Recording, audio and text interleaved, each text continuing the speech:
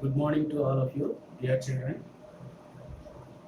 In the last class, we have discussed about the first lesson of geography, which is related to the location and size of India and its strategic position in the world. What is the importance of the strategic position of India?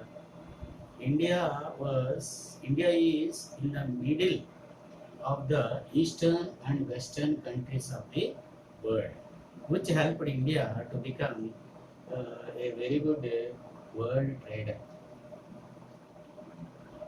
Once India was called as a subcontinent. India was called as a subcontinent of the world.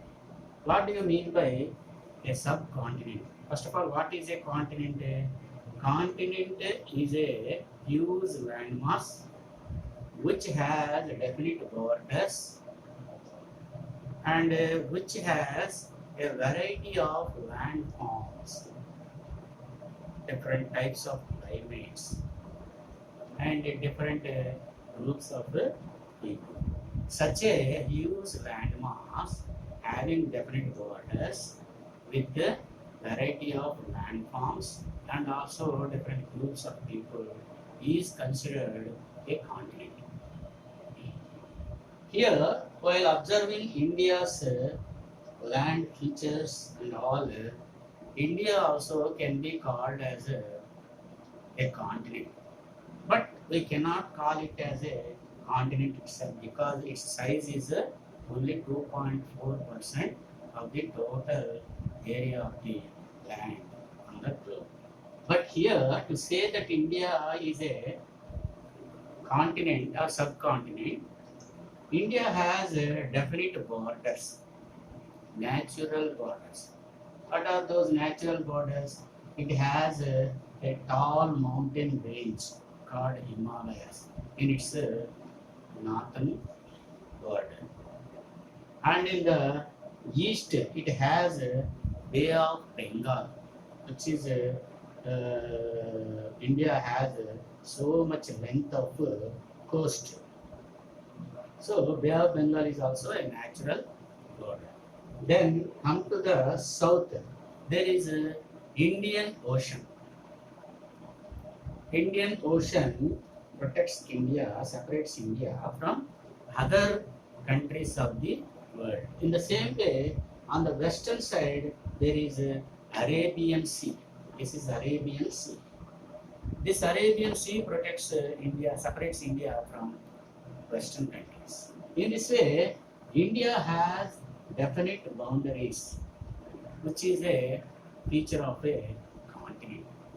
And next thing, India has a variety of landforms. There is every landform is present in India itself. For example, world's tallest mountains, Alps, Andes, Rockies, Himalayas. These four are the important mountain ranges of the world, which are very tall. Out of them, the tallest mountain range, that is Himalayas, are passing through northern border of India. Northern border of India. That is a feature of continent. In our country, many tall mountain peaks are present. Kanchenjunga, Nanda Devi, Nanda Parbat, K2. All these mountain ranges are present in Himalayas. These are the world's tallest mountain ranges. So we can say the quality that a continent has can be seen in the case of India. That is the tallest mountain range called, what is it? The Himalayan mountain ranges. Next thing, northern plains. See this dotted region on the map. This region is called northern plains. These are world's famous plains, wide, very wide plains present in India. which are very much helpful for growing crops, very fertile land. You know that this region, the northern plain region, is called storehouse of, it is called as granary of India. Granary. Granary means, do you know what is the meaning of a granary? Granary is a godown where the food grains are stored. As in this region, more quantities of food grains are grown which are sufficient for the people of India. This is called as a granary of India. Northern plain includes the plains in the mainland and in the eastern part of the India. This is Assam, Meghalaya, Nagaland, some states, Arunachal Pradesh. This region also comes under northern plains. So very wide area of plains are present in India. This is also one of the features of a continent. You know world's famous grasslands, prairies. These are in North America. Next, steppes. These are in Asia. Like that, each and every continent has one famous grasslands which are used as agricultural land. In the same way, in India, we can find this northern plain, which is very useful for growing a variety of crops. Whatever the crop we grow, it grows in a large quantity. So, this plain is very fertile, which is called as a granary of India. Next thing is the plateau. Plateaus in America, Appalachian plateaus, in so many plateaus are present in the continents. Likewise, in India itself, there is a triangular shaped plateau land, which is present, most part of it present in the southern part, and some part is located in the middle part. Some part of plateau is located in the middle part of India. So plateau also as important as plains. Why? Because it is the storehouse of minerals. Many kinds of minerals are found in the plateau region. So plateau region also as important as the plains. Here, mostly in Chota Nagpur plateau, many industries are located. Iron and steel industries. A variety of industries are located in the Chota Nagpur plateau. This Chota Nagpur plateau itself called as a storehouse of minerals. Whereas this part of plateau is called Malwa plateau. This Malwa plateau is also having its importance because here it is covered with black soil. This Malwa plateau region is covered with black soil, which is useful for growing cotton. And come to the southern part of plateau, that is called Deccan Plateau. This Deccan Plateau, here also agriculture is going on with the help of pond culture. Ponds means people maintain some చెరువులు అంటాం. ఈ చెరువులతోటి they use it to irrigate their fields with the help of ponds. So this plateau region also a very important region for India. Next variety of land, that is the Indian desert. See here, this is it is called as a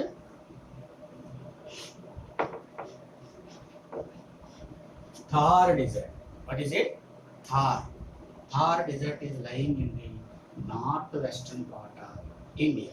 See children, this is northern side, this is southern side, and right side is the eastern side, and left side is the western side. In between northern side and western side, this part is known as the northwestern part of India.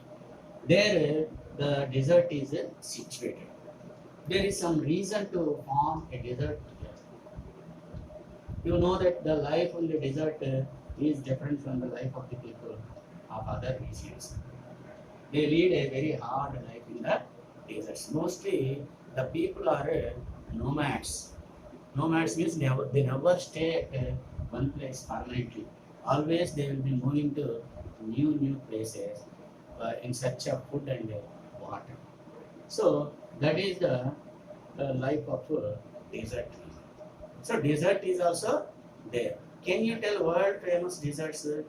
The Sahara, the Victoria Desert in Australia, the Kalahari Desert in Africa, even Sahara also in Africa. Those are very big deserts. But this is also a considerable big size desert to India. And the next feature of land, that is eastern and western coastal plains. Eastern and western. See this one. This coastal plain is lying in the eastern border of the country. So this is called as a eastern coastal plain. Likewise, this dotted region is a western coastal plain up to Gujarat. This Gujarat also, some part of Gujarat also is in the eastern coastal plain region.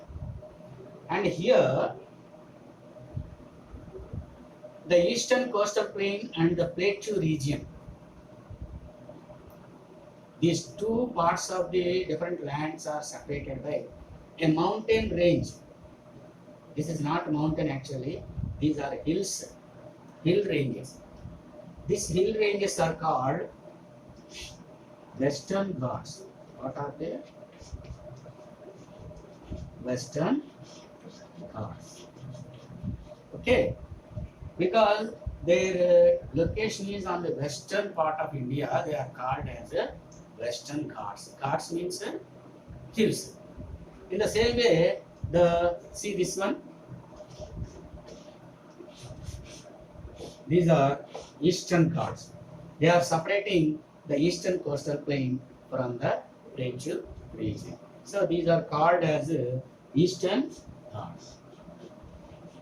Eastern Ghats.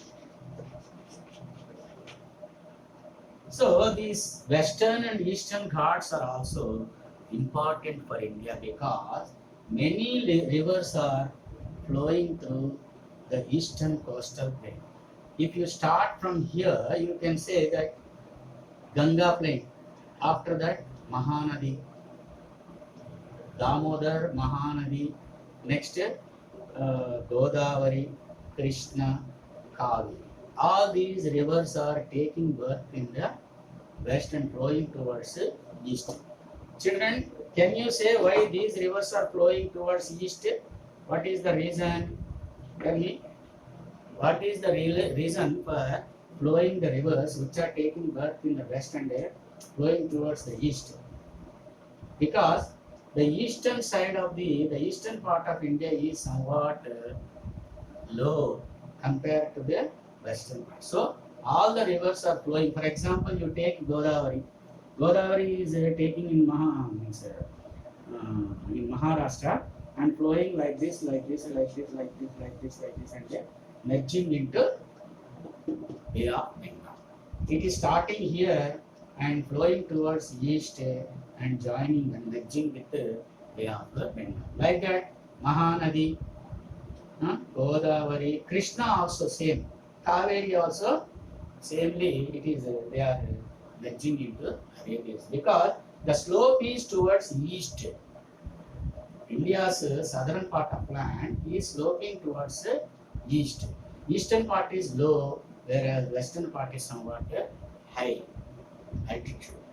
Okay, so rivers are flowing towards east and joining into Bay of Bengal. So eastern and western coastal plains also very important for India. And here there is one island group, and here also one island group. Observe carefully. These two island groups are also part of India. They are also part of India. These are two groups of islands.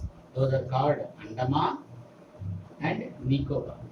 These are two groups of islands located from north to south in the Bay of Bengal. These are called as Andaman and Nicobar Islands. And here it is a set of islands, group of islands.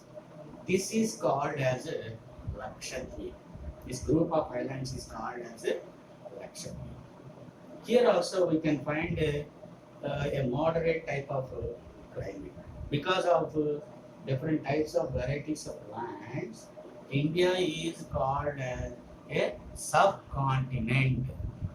It is a Upakhandamu. Means it is a subcontinent.